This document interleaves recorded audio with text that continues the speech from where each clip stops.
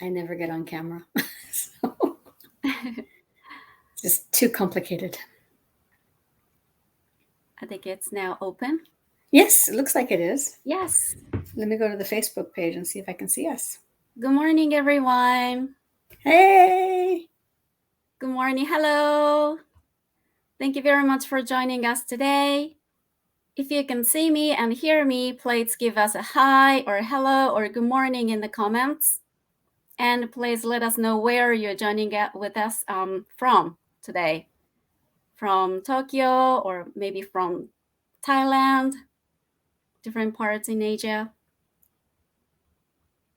Yeah, please say hi. Yeah, I can see some comments. Hello. Yeah, please say hi. Hello. Hi from Vietnam. Good morning. Great. Yeah, I can see some teachers from different parts in Asia. Oh, hello from Tochigi. Kikko sensei, good morning. Ohayo gozaimasu. Hello from Japan. Good morning from Hey, good to see Taiwan. people from, gosh, all over. Hey! Great, I'm so glad that I can see so many teachers from different parts in Asia. Great. Yeah, thank you so much for making time in the morning. It's a busy time for a lot of you. Yeah, thank you. So I see Vietnam, Philippines, Thailand, Japan. Great. Yeah, from different parts in Japan too. From Osaka, from Tochigi. Great. I can see so many teachers here. Good, good. Good morning. We are so glad. Thank you very much, everyone. Yes, welcome to our Facebook Live session today. My name is Naoko Ashikawa from Oxford University Press, Japan, and I'm joining from Tokyo. And I'm Barbara Hoskins Sakamoto, and one of the authors of Let's Go, and I am joining from Yokohama. Yay! Yay! Great. Thank you. So, yeah, during this event, please feel free to share your experience, your comments, or your questions in the chat box, in the comments. Yeah, we will try to pick them up as many as possible. However, they may be a lot of questions, so we apologize if we are not able to get all of them. We will try our best, though. So today's topic is about lesson planning. So myself, I have a 10-year experience of teaching English in Japan. I'm going to share some of the tips and ideas related to this topic too, a little based on my teaching background and experience. But we also have a special guest here, Ms. Barbara Hoskins Sakamoto, co-author of our best-selling primary course book, Let's Go. And we're going to talk about creating flexible and adaptable lesson plans for young learners that would work any situation. So, Barbara, please say hi to everyone here. Oh, hi, and I am so excited to be here. This is my first live. So I'm excited to have a chance to be here with Naoko and talking about one of my favorite topics with one of my favorite people. So it's a great way to spend my morning, and with obviously some of my favorite people here in the room. I'm very excited to see you all. Yeah, I'm excited too. Thank you very much. Yes, as I mentioned, so today's topic is about lesson planning. So lesson planning is the fundamental process and essential because it's the first step of managing your classroom. So I just want to start with this first question. Is it necessarily needed for every single lesson? Why should we plan a lesson?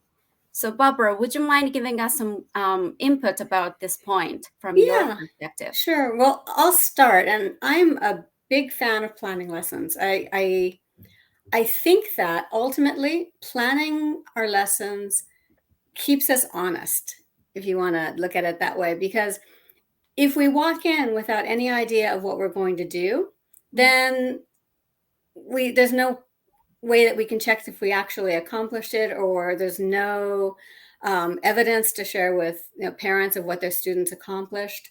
And I would say there's teachers who have a lot of experience who will walk in without having a specific plan of what they're going to do that, by every minute. But I would tell you that they probably have a whole lot of experience and multiple lesson plans in their head to keep them going in different directions. So I think that there is just a level of self-checking. If I know what I'm going to do, it means that I also know what my students have learned and what they need to work on, and where I think we might go.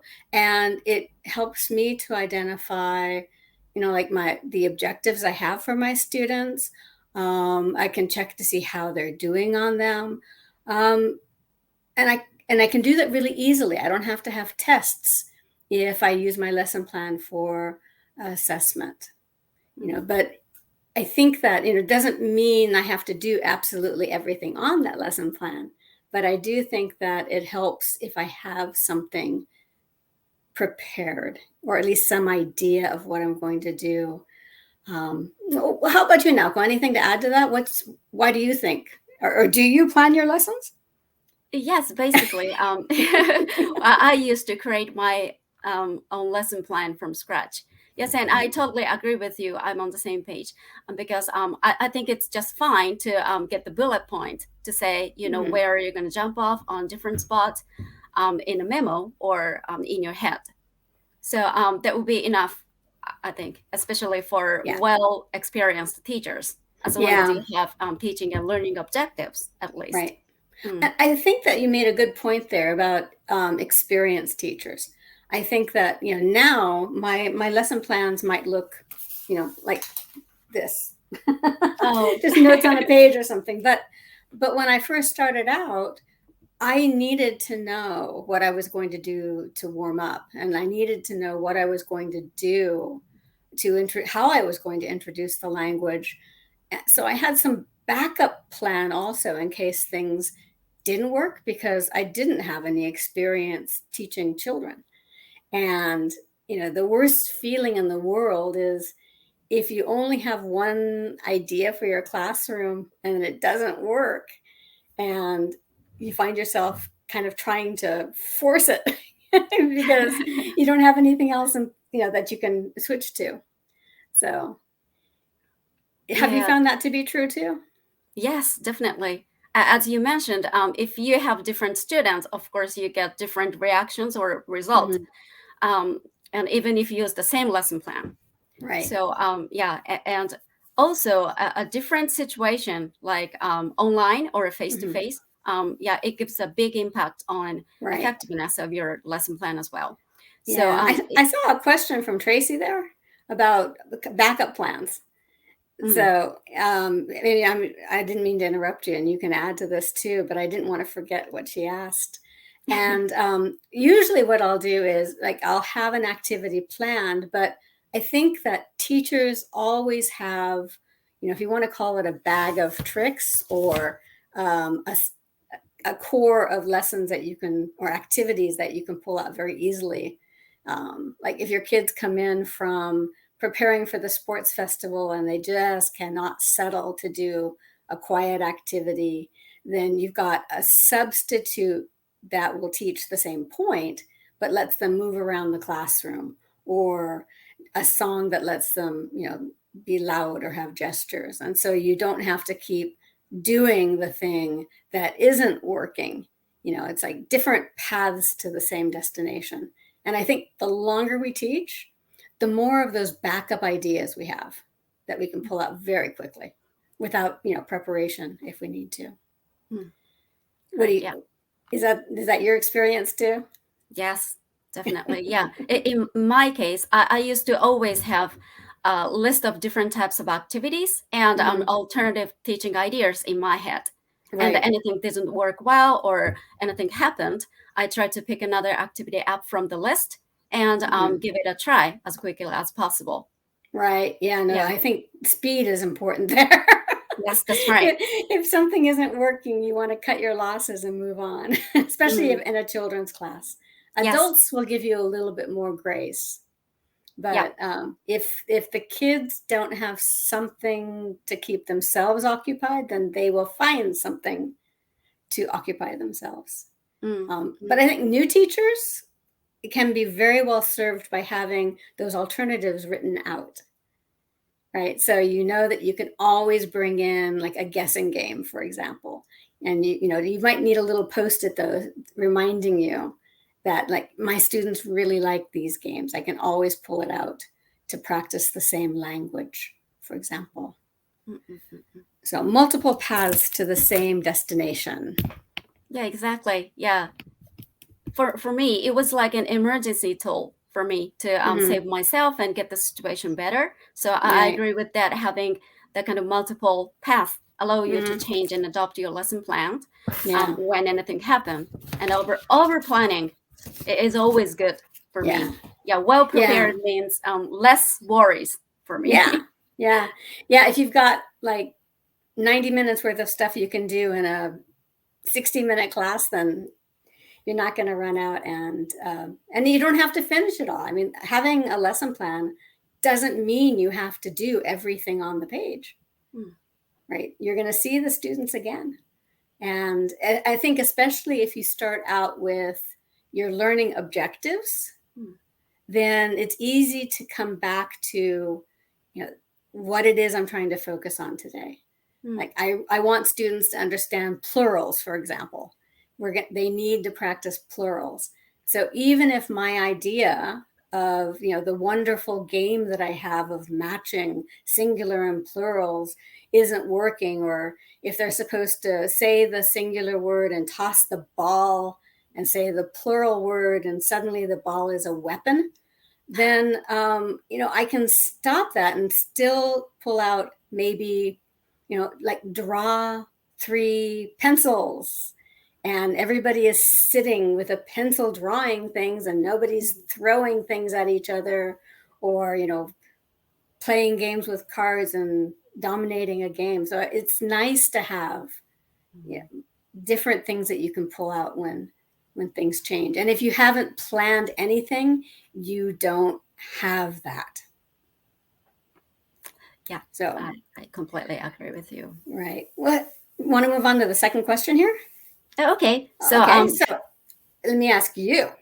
Okay. I want to hear what you have to say about this. So you said you plan your lessons. So is there a right way to plan your lessons, or how do you plan a lesson? I think there are so many ways. So it's nice to find something that works for you. But in my case, I used to create every single lesson plan from scratch. So I followed some steps to create them. So when I created a lesson plan from scratch, there were steps to follow. For example, the first step was always to set up learning objectives. After I choosing a main textbook or teaching materials. So set learning objectives for each year and break them down into a monthly basis, as well as into each lesson to set more detailed objectives and learning goals. For example, keywords and phrases for each lesson, or grammar goals and group goal for each class, etc. And it should depend on how many lessons you have throughout the year, and also the number of students you have in each class. Right. But I think that's very important point to set up the learning objectives at first. Yeah, I totally agree. Yeah. And I think one of the things is I think there's sort of 2 types of teachers, at least. One is focused on where you're going, like the destination, and the other one is focused on the journey to get there. And sometimes you don't get a choice. If you work for a language school, for example, or a public school, you have a curriculum you're following, right? And you need to be at a certain place at a certain time. But if you're teaching, freelance, or you have a very easygoing language school, you might get to, as long as the kids are happy, as long as they're learning something, then, and as long as the parents keep bringing them back and paying the tuition, then you might be able to focus on, where the journey takes you. But I think that, we can, both kinds can be very successful. And I think one thing that came up this year that was relatively new was having to change from face-to-face to online, like over the weekend. Oh, right. that's so quick. I heard of teachers who had to take the entire school online within 48 hours. And that wasn't an isolated incident. And I think that, if we are planning our lessons by focusing on what it is we're teaching first, rather than how we're going to teach it, right? So I would never want to take in, say, "Ooh, I got this really great game. Let me figure out how to fit it in the classroom." You save the game until you have a language point or a learning objective that says, "Ooh, that game would work great for that." And so for example, let's say that I'm going to be working on, we'll go back to my plurals, for example. And so maybe I will have, in my classroom with very young learners, I might have pictures of plural objects and singular objects up on the wall. And I could ask my students, to run to the correct word, right? Or I can show them and they can raise their hand or do another gesture depending on what I say, cover my mouth and if they can hear the S. But suddenly I have to go online.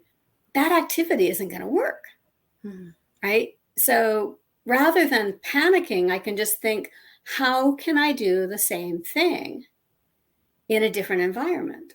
It's kind of like gymnastics, right? Always mental gymnastics of trying to figure out how I can do the same thing in a different way. So for example, I can have, pictures on my screen numbered. And, when I say, for example, flowers, students can hold up, 3 fingers if that's the picture, the number under the picture. And if you've got that planning in mind when you're doing your lesson plan originally, it makes it a lot easier to change, I think. A lot less panic, which, I don't think any of us will ever take for granted being face-to-face online and know how quickly that can change. Yeah, mental gymnastics. Great. Yeah. Was there anything else we needed to? Yes, we've got a question from Christian. Yes, are you following a format on crafting a lesson plan, like 4 A's or 5 E's? Well, I think there's a lot of different ways to do this. I think, for example, the most common format with young learners classes is probably the PPP, right? Present, I'm going to get them wrong. But anyway, essentially you're going to have some kind of warm-up activity to like preview the language students need. And then you're going to have an activity to introduce the new language. Then you're going to have an activity that gets them to practice the new language. And you're going to finish up with some, extension activity that's going to recycle what they've learned with what they already know and take them into a new skill or stretch what they've learned. And that works really well. But you'll also see classrooms where teachers are doing, tasks or inquiry or content integrated learning. There's a lot of different ways of doing it. And the type of lesson plan is probably going to suit those goals too. And some teachers will walk in and see what language students already can produce, figure out what it is they want to say and help them say that. And that's a different approach too.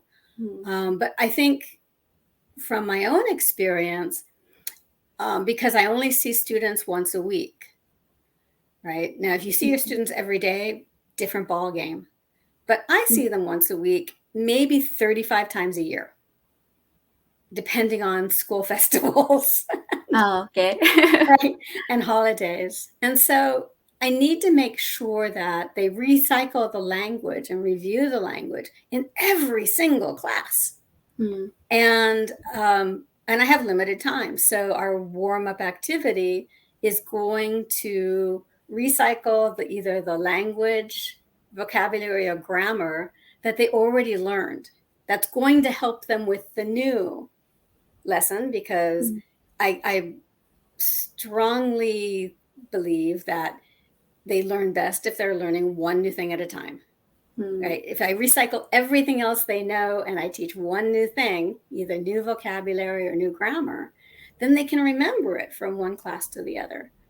And then that gives me time at the end of the class to work on either writing or reading, or, bring in some previous vocabulary or previous grammar that works with it. And that structure, as a basic structure, works pretty well for me. But, teachers are all going to find what works for them, right? I saw a question from Phil about motivational lessons for junior high school students, which I don't know that we're going to have time to show. But I think that, when you have older students who have a lot more language to recycle, and the learning load is much, much higher in junior high school. A lot of times in my junior high classes, I will ask, is there anything you want to ask about at the beginning of class? And sometimes we spend the whole class just talking about what they're doing in their class. Or I'll bring in, silly pictures for practicing debate, like which is better, cake or ice cream? So very low stress entry points. And right now, I think they're working on relative clauses. And so I realized that nobody had ever shown them how relative clauses are put together. Right? They were memorizing all these patterns in their book, but they didn't realize they were combining sentences. So again, we brought in, like, my students like silly pictures. So I brought in, and we're online right now, so I brought in, silly pictures using a whiteboard, and have them identify the original sentences, or I'd put them there and we combine them, what's overlapping. And then bring in, again, some really busy picture, like an I Spy type of picture, and have them make up, guessing game using the relative clauses with each other to keep it fun, because after a long day of school, it's really hard to stay awake in the evening online. Right? So I work on more practice than explanation, if possible. I see. Okay, we got another question. Yeah. I think, would that be under the third section, or do you want to take that? Well, I guess it doesn't really matter, right? We're not that rigid on sections. Okay. Flexible and meaningful science lesson for students living in the mountain where there's no electricity in the midst of a pandemic. Well, I think that you're not going to be using technology very much. But I do think, though, that you can do, definitely, I assume you're teaching science in English. So again, let's say, for example, you're going to work on making a rainbow. Okay, it's a really simple science experiment where the students are going to learn about refraction. So you're going to have a glass of water and a mirror and then a piece of paper, or you're going to make ice cream using, milk and ice, and put a Ziploc bag of the milk mixture inside another Ziploc bag with ice and salt around it, and you're going to look at freezing temperature. So those kinds of experiments don't require being hooked up to anything, but you still can sort of imagine what language students are going to need to be able to talk about in English, then do the activity, and then give them a chance to talk about it in English. So I think when you're looking at science, the science is very cool. There's a lot of fun things you can do. And then giving students a chance to present about it to each other to practice the language and context. But you use whatever technology you have available, even if it's your smartphone to look up ideas to bring into class, or a camera that doesn't require any sort of plug-in. Right. So. Yeah, it's good to have the kind of mixture of both of them, like digital stuff and physical one as well. I used to use very basic tools like color paintings or water or paper or something to put some science flavor into my lesson.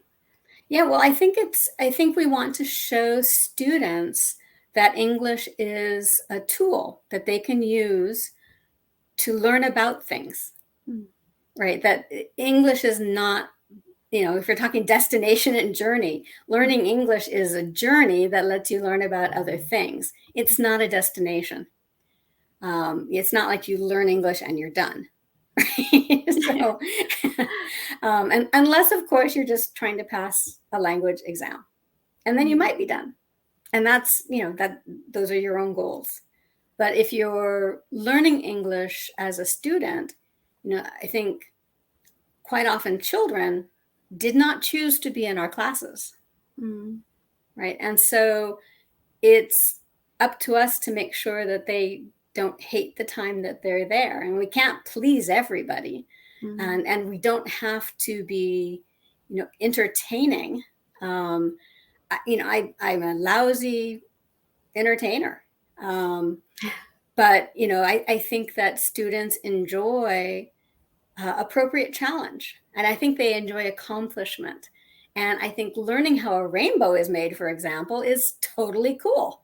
Then you end up, when you look up at the sky and you see one, or you see one coming in through a crystal in the window, then you know what's causing it. Or if you mix colors and you learn what colors form from what, mixing red and blue and getting purple, for example.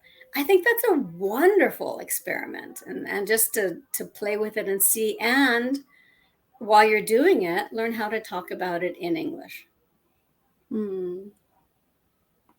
So, but I think that if we want to keep on track in whatever we're planning or whatever we're aiming for, I think, the focus needs to be on, pedagogy first, whatever it is we're doing.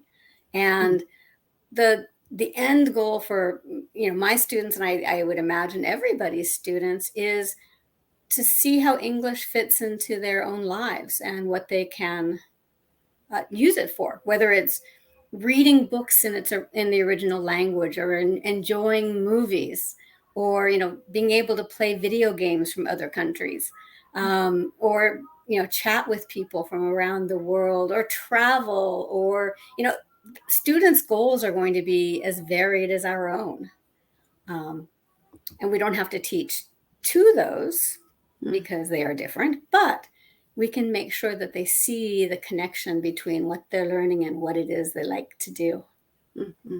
And maybe things they never thought about doing. Yeah, that's right. Yes.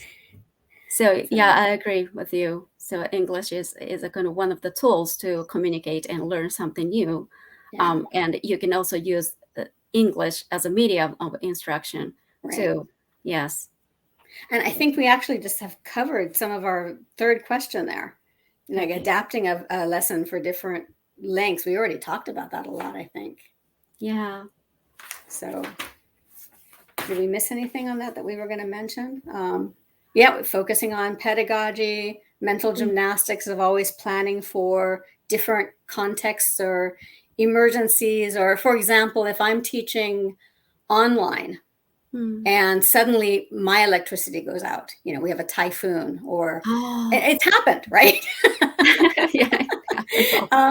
It happens, or, maybe you're in a country where the Wi-Fi isn't that stable to begin with. I know a few of you are.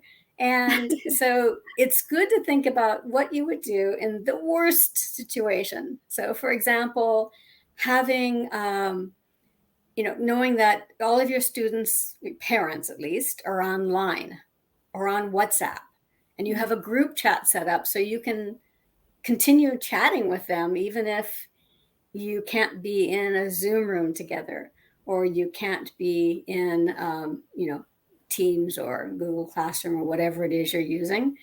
I've had my students sending me videos practicing, their presentations for class, right? Record and send to me so that I can give them some feedback. Harumi has a good question there about making the same lesson plan for two different classes that are on different levels of English. Yeah. What I do is, for example, let me go over and show a screen here.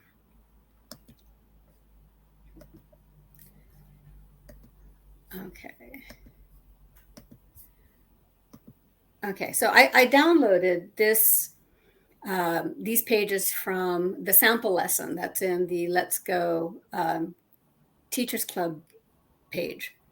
And so here, for example, let's say I'm going to be doing this lesson, and I have one group of students. This is book one. And so but I've had classes where parents want siblings to be together. And so I'll have the 4-year-old and the 8-year-old in the same class. Or I might have two classes and one class is students who are really just starting English. And maybe the other student is, the other class is older students who are also starting English, but maybe they're starting it at 12. So cognitively, they're at very different places. So for the younger class, I might go ahead and have students focus on the whole plural thing and maybe understanding the question and answer and responding to it with the answer. I may not expect them to produce the question right away, right? So for the younger students, I might show the flowers and say, how many flowers are there? And expect them to say, 4 flowers. Or if we were going to work up to there are 4 flowers. And with the older students, we might actually get into doing that with a lot of different objects that they already know, or work on.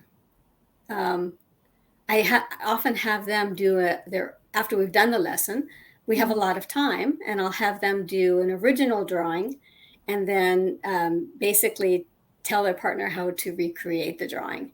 So they can sometimes get really complicated with it, or will use objects and create an arrangement of objects and put a screen in between, and the partner has to recreate the same objects. Like there's a cup, there's a puppet on the cup, or there's a book under the eraser.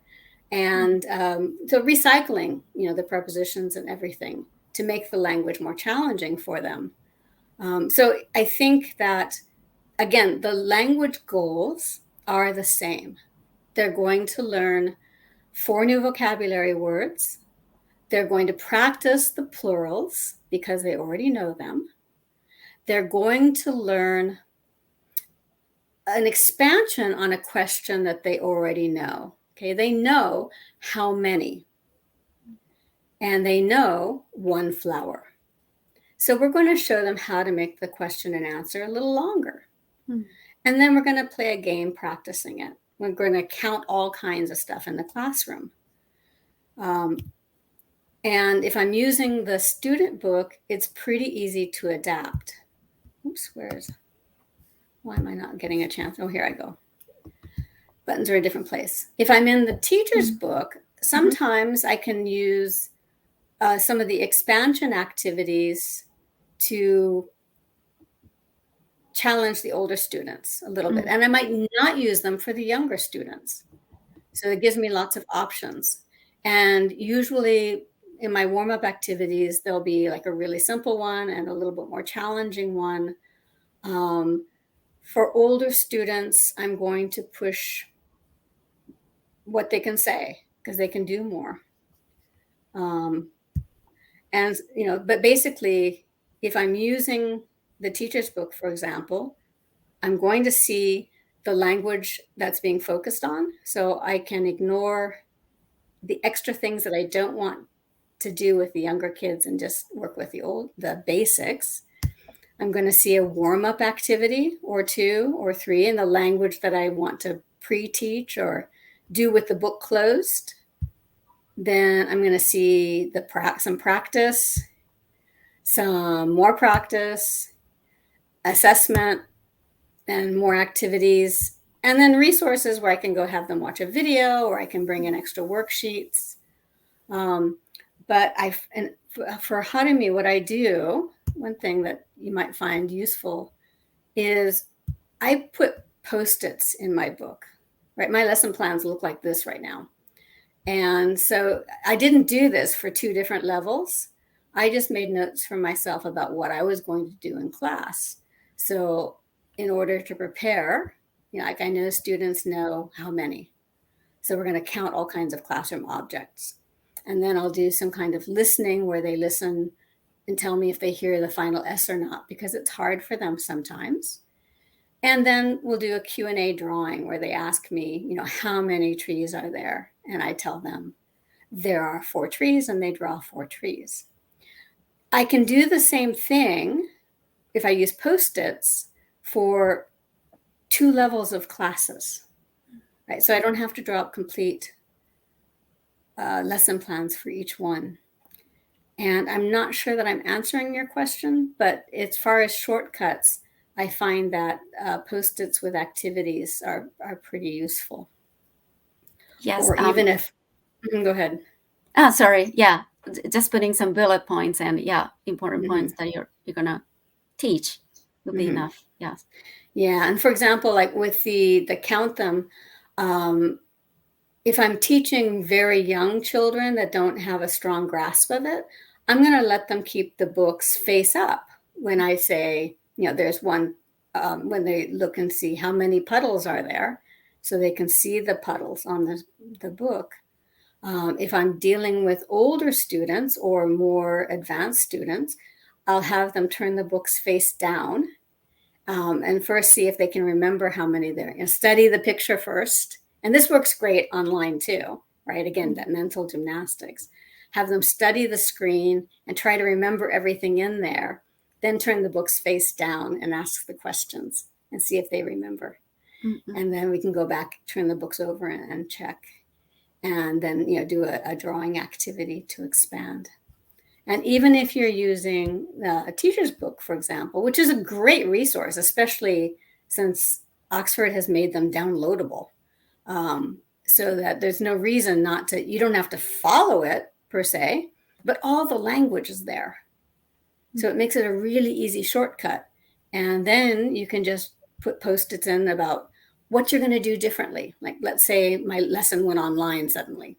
So instead of playing, slap or counting things in the classroom, I might have students, bring me 3 pencils or, show me 2 erasers, and then let students take turns being the teacher. Or I might play a guessing game, like, how many pencils do I have in the box? Or, I can have them draw the same drawing activity we had, where they ask me, how many clouds are there? And I say, there are 5 clouds. They draw 5 clouds and then show me the picture of the 5 clouds. So Post-its make it really easy to individualize the lessons. And then if you want to, you can take after you get finished with class, if you have, I want to stop sharing this. How do I oops. Great. Okay. Thanks for sharing that. Yeah, I haven't lost you though, right? I just lost the screen. Okay. Afterward, I could put the Post-its in my notebook for that class and then keep track of them that way. And I got way off track on there. And so I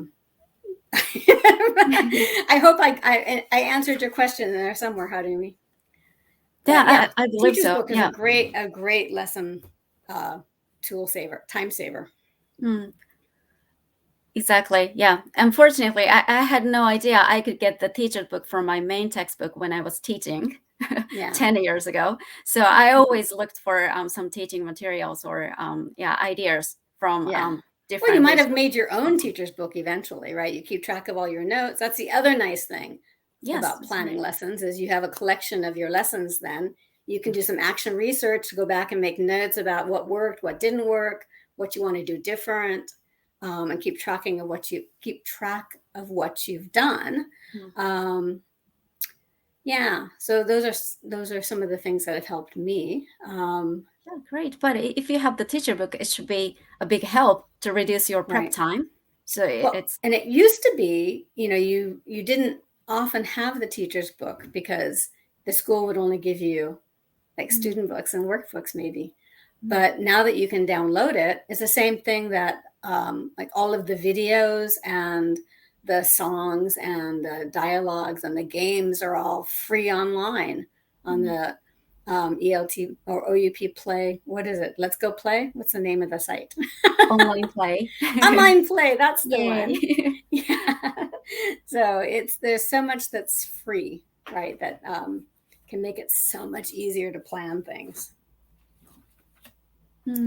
So We got another question. What do you find helps you with your lesson planning? Any tips? I think we were asking teachers that. Okay. But I think that some tips that I think we've covered a lot of tips, but Yes. I think also a few of the other things. I know at least for Let's Go. Okay, now you could have to create this for your own book, and you can use it with your own book. But the Let's Go series has a core lesson planner spreadsheet that you can download from the Teachers Club, which has all of the units and all of the content of those units, and makes it easy to know what resources you can use with each lessen. And there's a really nice series of can-do statements, right, for both fourth edition and fifth edition, I think. So you can, thank you. That's a long link. You have to be logged in to access that, by the way. If you just go to the link, it's not going to work without logging into the Teachers Club. I forgot to log in and found that out. Oh. So, and then if you're just interested in learning about like assessment or teaching online or global skills or task-based learning or anything like that, I know Oxford has some really great focus papers that are also free for download. And I saw that there was a question about using video dictation, and I didn't get to answer that while it was still up. Yeah, from totally. Video dictation, can be. Okay, here we go. It can be really effective if your students can do it. I think that most of my students come to reading and writing pretty late. And so depending on the level, like my junior high school students doing Let's Go, which, in Japan isn't that unusual, would enjoy a video dictation, especially for, the extended conversations in the online play, right, in the videos that go with the book. But another thing that I can do with like students who couldn't do a dictation is I can have them watch the video and guess what they're saying, or I can have them recreate the conversation after. Right, or we can do a dictation together where I play a little bit of it and then they repeat it back to me and I write, and then I make some mistakes in the writing and they help me find the mistakes. So you can adapt the dictation for different levels too. Listening and writing is a very challenging activity. And just the listening and recreating is challenging And if you add writing onto it, it may be beyond some students' levels. Just an extra skill that they may not be comfortable with yet. I see. So, yeah, that's a great activity idea. So, do we have other questions that we need to answer? I see we're getting. Yeah, I think we covered everything.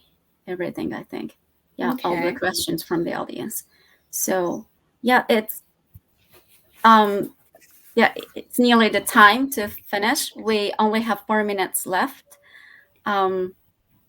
So do you have anything that you'd like to add for especially about the resources or any materials that you can use to create? Well, I think that Apollinario has a good question here about assessing the meaningfulness and effectiveness of our lesson plans. Okay. I think one, aside from progress, and I still think action research is a really good way of doing this. It doesn't have to be any fancy approach, but if you plan what you're going to do and you keep notes on it, you can go back and see that students were really engaged in this activity, which is a good sign that they're finding it meaningful. Or you can ask them. I think that it's really good to start getting students used to reflecting on their own learning. And, was this meaningful for you? Or what did you learn from it? Or, how is it, I don't really get it, or I got it, I could teach somebody else.